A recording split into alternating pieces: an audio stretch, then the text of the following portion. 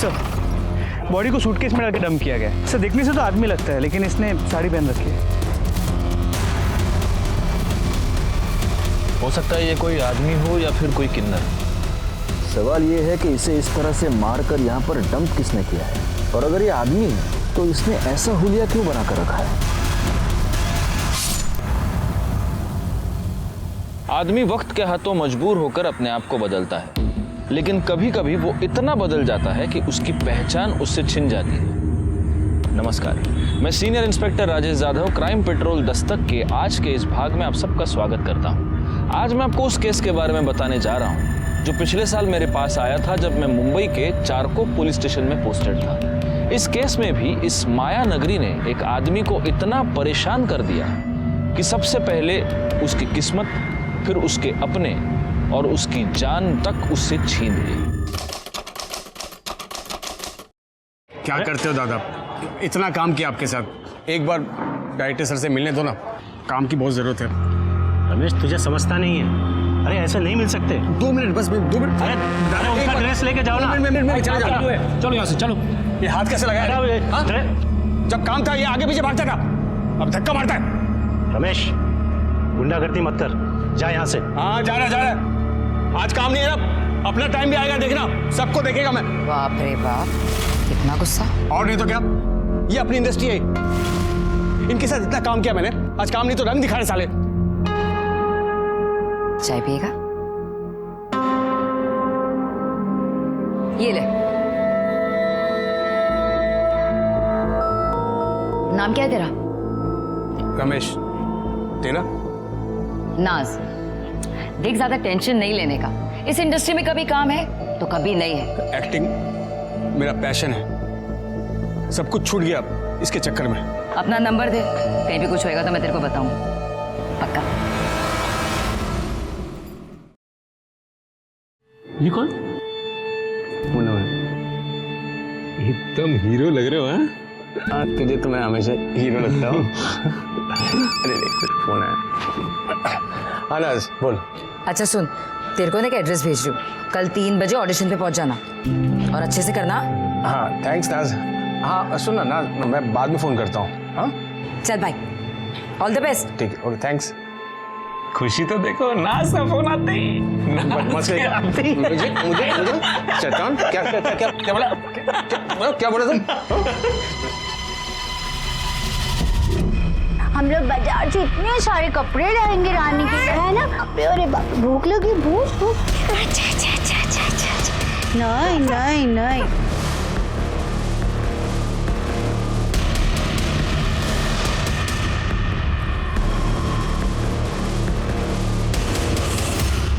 ये एड्रेस है, 2:30 बजे इंटरव्यू के लिए चले जाना।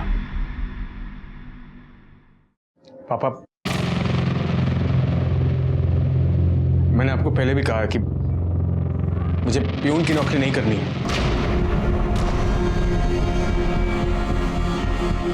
प्यून की नौकरी नहीं करनी है तो क्या करना है? मैं एक्टर बनना चाहता हूँ। एक्टिंग करेगा? मिल रही है तुझे एक्टिंग? अरे समझाओ अपने लाडले को, सपनों के घोड़े दौड़ाना बंद करे, जो मिल रहा है वो चुपचाप करे। बाप हूं मैं इसका, बैल नहीं हूं, कमा कमा के खिलाता रहूंगा।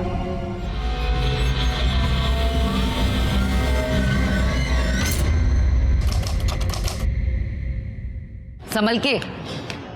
पक गया हूं मैं, कुछ भी अच्छा नहीं हो रहा। तू कितना पागल है ना, कितनी टेंशन लेता है तू। वो तुम्हें सुना नहीं? टेंशन लेने का नहीं बॉस, देने का, समझा? तू हमेशा मुझे एनकरेज करती है, इसीलिए मुझे तू अच्छी लगती है बहुत। क्या कह रहा है तू? यही कि मैं तुझसे प्यार करता हूँ। ना मत बोलना नाज। अरे नाज मैडम, आपका शॉट रेडी है, सर बुला रहे जल्दी। हाँ आ रही हूँ, आती हूँ।